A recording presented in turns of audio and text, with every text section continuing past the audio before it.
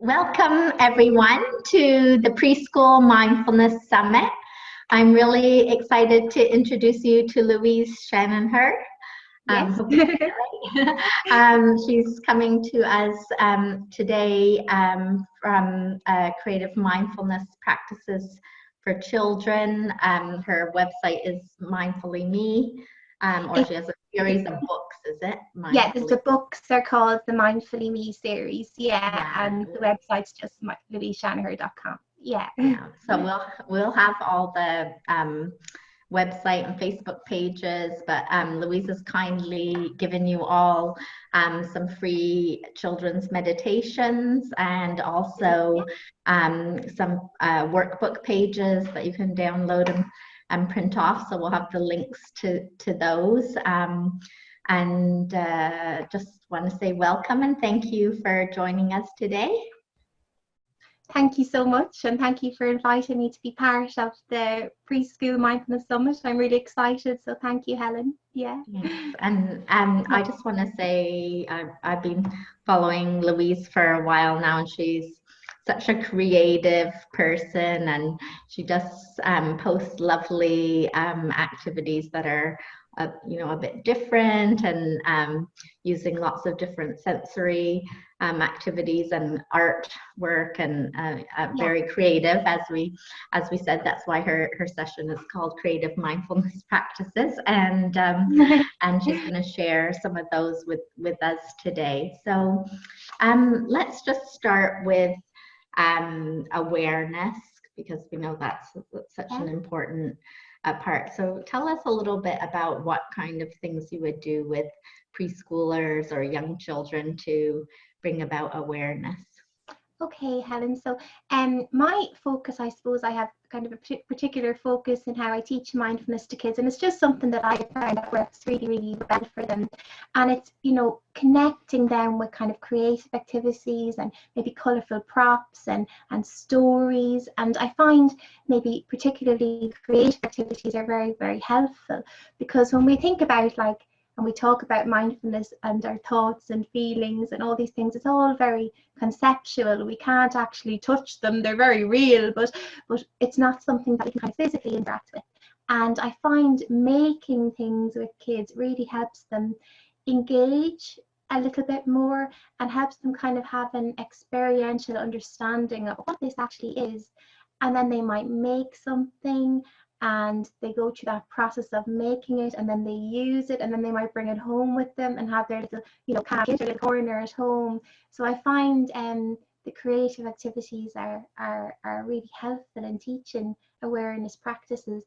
And I might just show you a couple, and there's lots of things I use that I know maybe you've seen already, and I think the colourful props are great, like we have the breathing ball and the pinwheel. Just show them quickly, like these ones that the fan. I don't know if you've used a fan. It's very helpful as well. So like breathing in and out. So the fan is good. And breathing out, blowing the feather. And then we have like the breathing.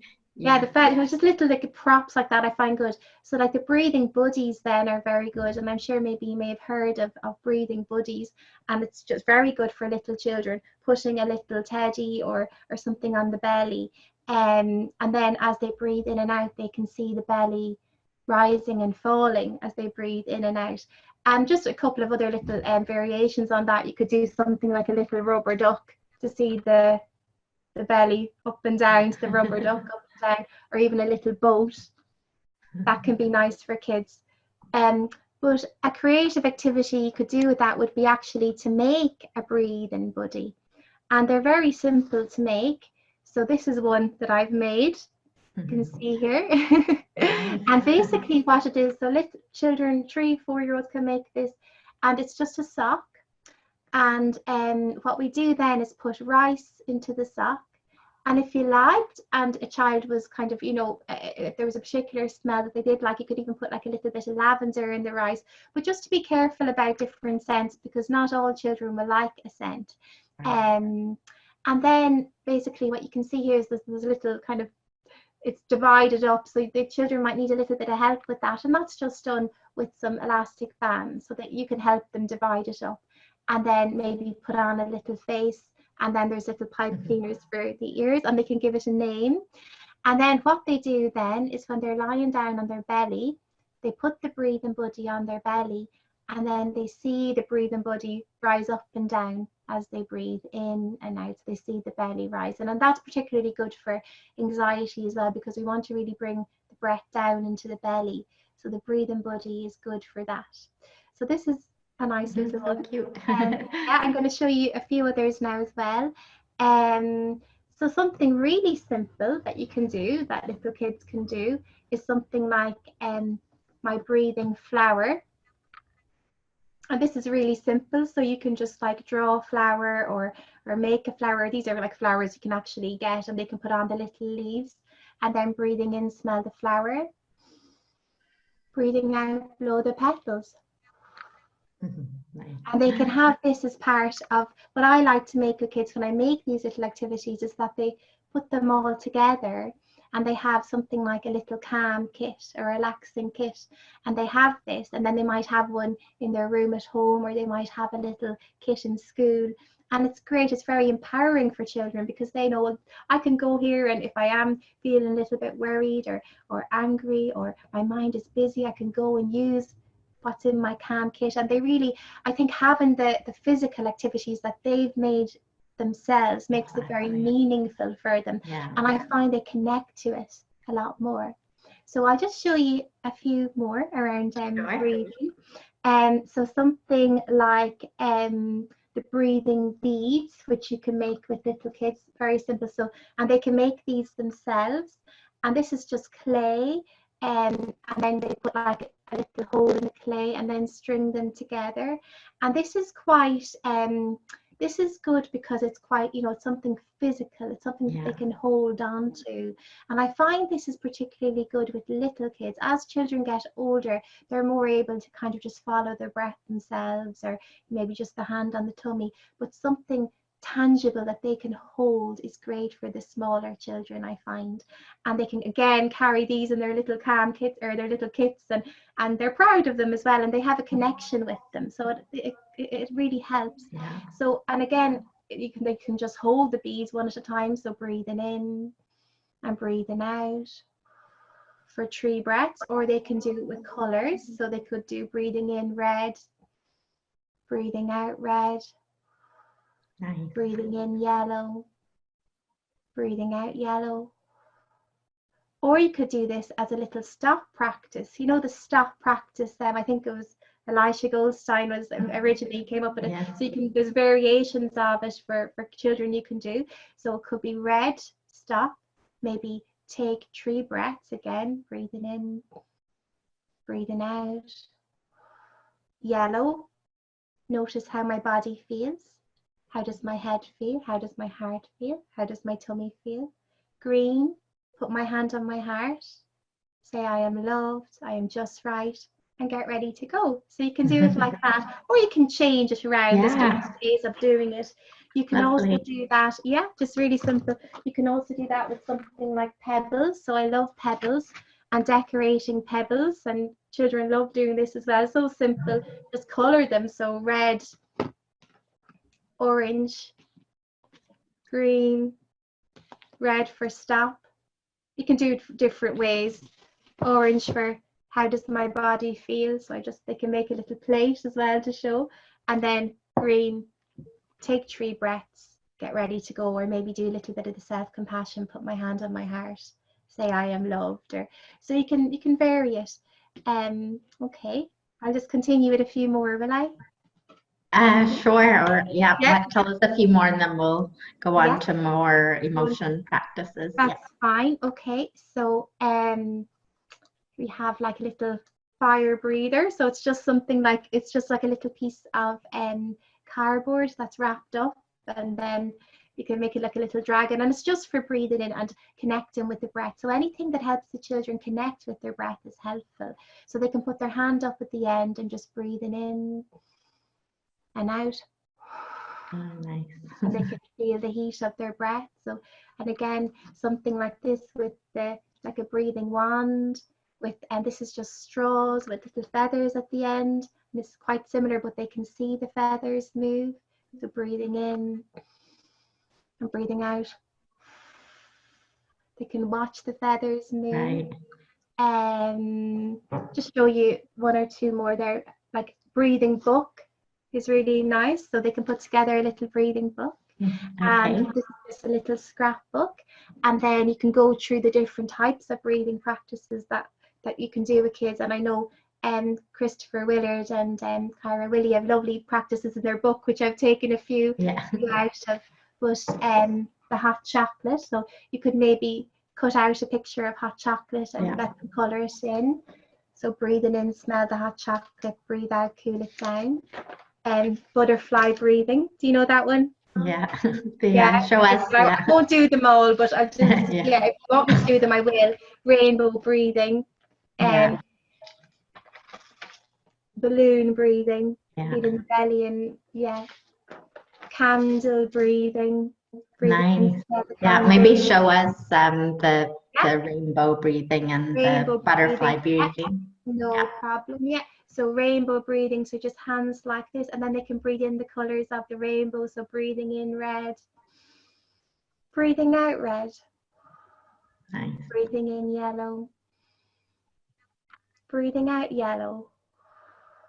And candle breathing, was candle breathing the one you asked me? Or I said butterfly breathing. Oh, butterfly breathing, so breathing in and breathing out. Nice. Breathing in and breathing out. So it's just those are so great, Louise. And I love all the ways that the children are making the things themselves. As you said, it makes it so much more meaningful for them. Makes it meaningful, and it's something they can engage with and then bring home, and then mum and dad or whoever's at home can engage with them. And I find that it does work really well. I'm also a children's therapist, and I find that I would bring a lot of these into like the children that I'd be working with, that they'd be making things, they'd be bringing it home, and it works very well in that way as well. But like even something like this, and they can make their little candy box, and then they can have some of these little reminders then, and you can cut them out. So like, cut out a balloon and let them colour it in to remember balloon breathing, like a butterfly, and a star for the shape breathing, something with like a lavender bag, and you can make these easy with children. So just like a little bag, you can buy them really easy in craft shops, just lavender, breathe in, smell the lavender, and breathe out. Nice. And it depends on the child as well, so they can put in what they like, or the kind of, the smells they like, or the textures they like. Again, you can put other things in here, like objects, like a pine cone, an acorn, and little pieces of material, and just connecting with what does it feel like, what does the smell, what is the sound, showing them how to do that with the objects. And then they collect things, and they have this little resource that they can go to that will help them bring their focus into the moment. So and I would show children how to connect, the different senses, what we can see, what we can hear, what we can touch, what we can taste. Even making something like a little senses book like this, again, just with a scrapbook, and then putting in different things. So what can I see, with some kind of reflective what can I touch, what can I hear, with some bubble wrap. So there are all different ways of helping children to connect to the senses, because once they connect to the senses, they're bringing their awareness into the present, into the here and now. And I've loads of other ideas now, but I know you might have other questions as well. So these are fantastic. So maybe tell us a little bit about practices you use to talk about emotions, or bring some emotional literacy into the classroom. Okay, so I suppose I have three key messages that I always want to get across when I teach children about emotions. And the first one is that all your feelings are okay. That's the first one. So that there's no bad or wrong feelings to have. And a really nice activity to do with that is something like the Everything Belongs heart. And it's very easy. You just get like a shape of a heart, and then I have like different colors of crepe paper, and I say that the different colors of paper represent the different feelings, and that whatever is in your heart is okay. Maybe what's happening in your life might not be okay, you know, if there's maybe bullying or different things like that, but how you feel is always okay. And I think that's such an important message for us all to get. But I think we need to start with preschool, because often when I visit schools and I ask maybe children that are 8 or 9, and I say, you know, is it okay to feel sad, or is it okay to feel angry? They don't think it is okay, you know. Right. So Yeah. I think we do need to focus on that message a little bit more from day one.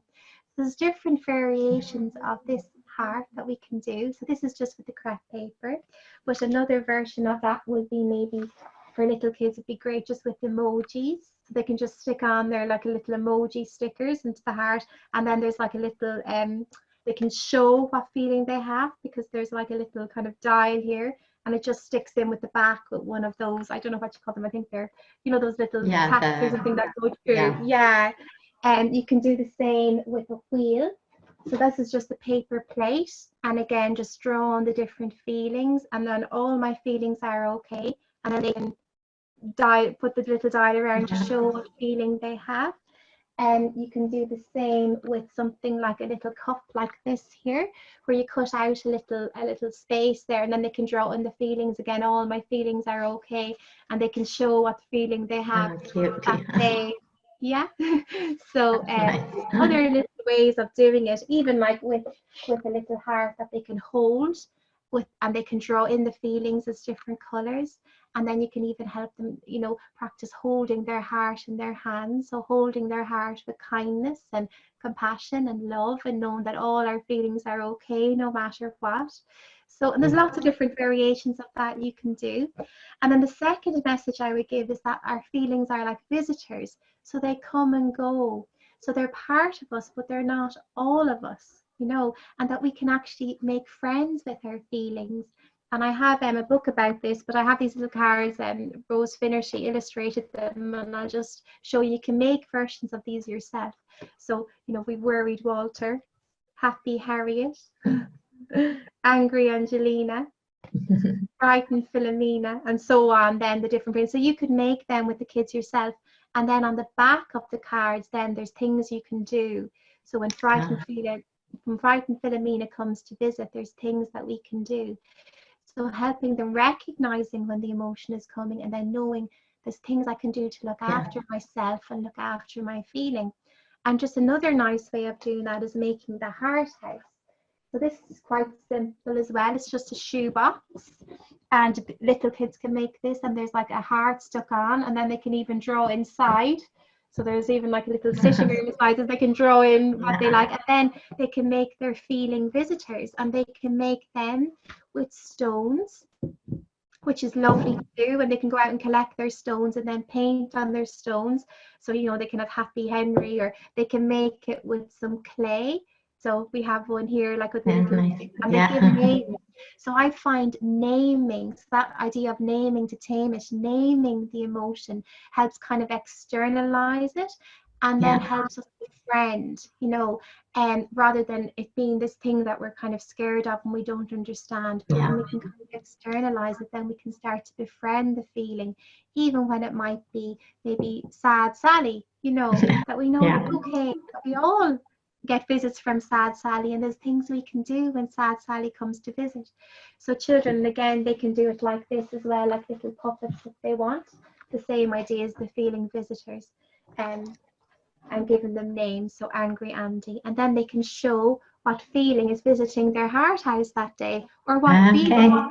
So maybe, and they can put it in. So maybe it's Happy Henry is visiting, and also maybe a little bit nervous Nelly is visiting as well, and that's okay, you know. And then talking about what can we do when they come to visit? What can we do? That's the next part.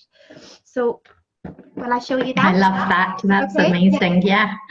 Then I kind of have these like little beads, again, something kind of tangible to help children go through the steps. What can I do? My feelings come to visit. Yeah. And I've written on these beads, or you could put in pictures. They're wooden beads that you can paint.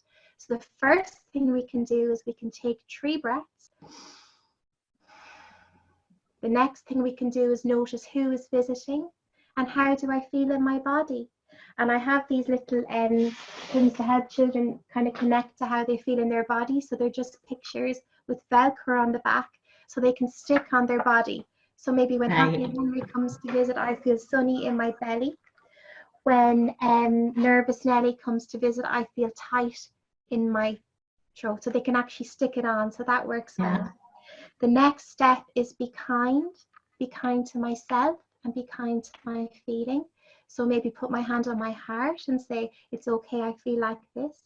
Where is my feeling in my body? Maybe it's in my tummy. And say kind words to your feeling. It's okay, I'm here for you. I'm your friend. Rather than, because it's a big thing. Yeah, I know it sounds kind of simple, but like, you know, I work with adults as well. And even in myself, I see it that, you know, when we do feel nervous or we do feel sad, we tend to want to push it away, you know. So if we can teach children at an early age that actually it's okay to feel like this, and I can be kind to this feeling, it's not bad, and I can look after myself and look after my feeling, it's given them great resiliency. And then the third step is express. So talk about it and tell someone. And I tell children to put up their hand and think of 5 people they can talk about their feelings to. Maybe someone at home, maybe someone in school, maybe a friend, maybe someone in another house they visit, and someone else. So they always have 5 people they can tell. And then the next step after talking would be maybe doing one of these. So maybe the worry monster. So feeding the worry monster. So they just make it out of a little box and decorate the box. And then they can write down the worry and then feed the worry monster.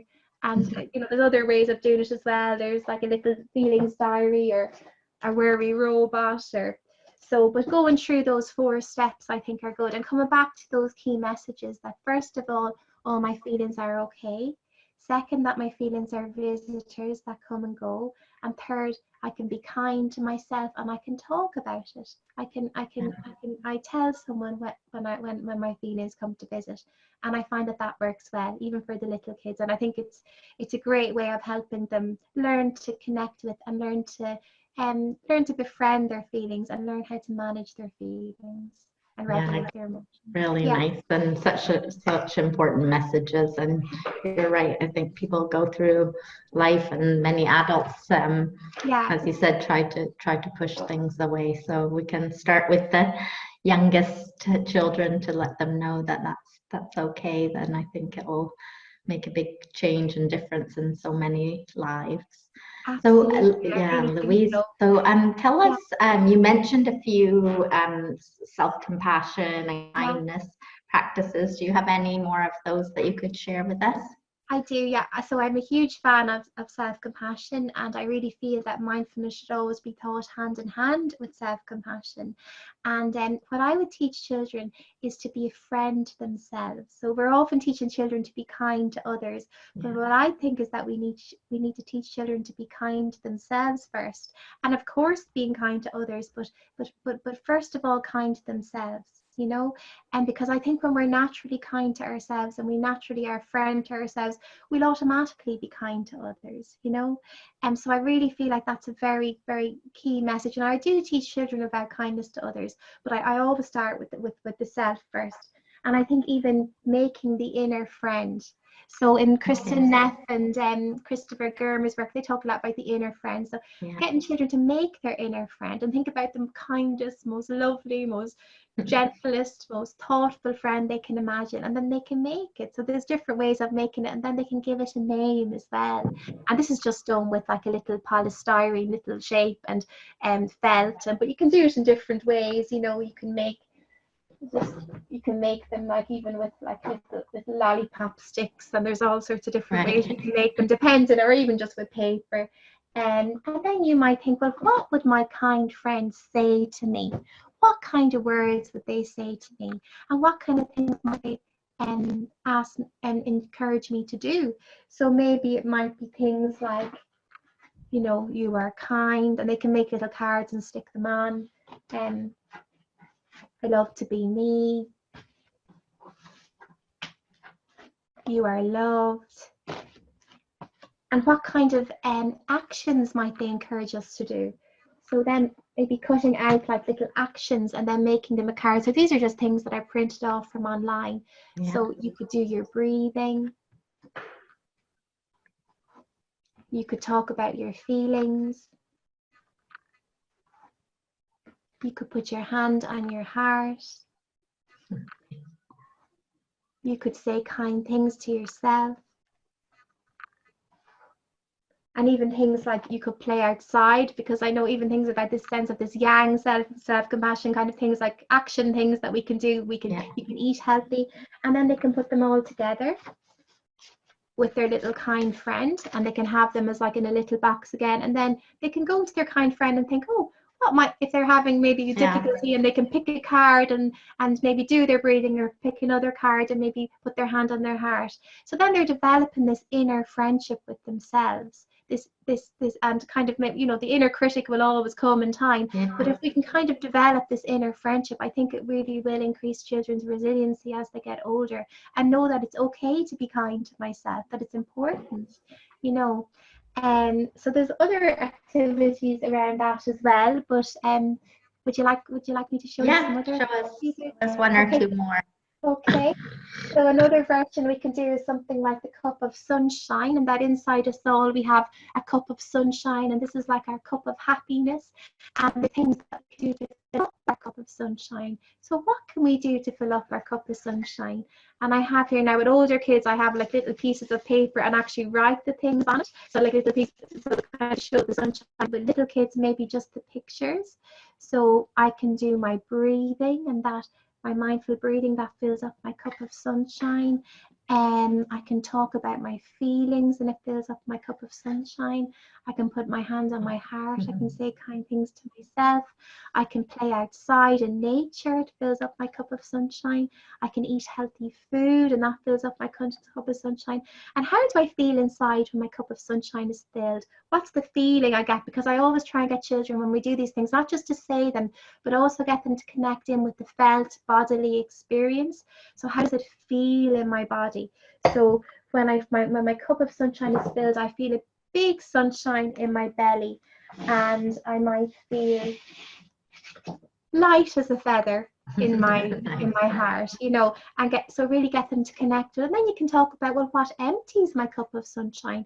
So when I keep my feelings in and I don't tell anybody, it empties my cup of sunshine. When I maybe spend all day on my tablet and don't go outside to play, it empties my cup of sunshine. And we can do the same for others' cup of sunshine. So we could have another one. So we have my cup of sunshine, your cup of sunshine, and we can think of what fills my friend's cup of sunshine. You know, so when I include others in my games, I don't have the pictures here. Wait 1 second now. I have them. It should be here.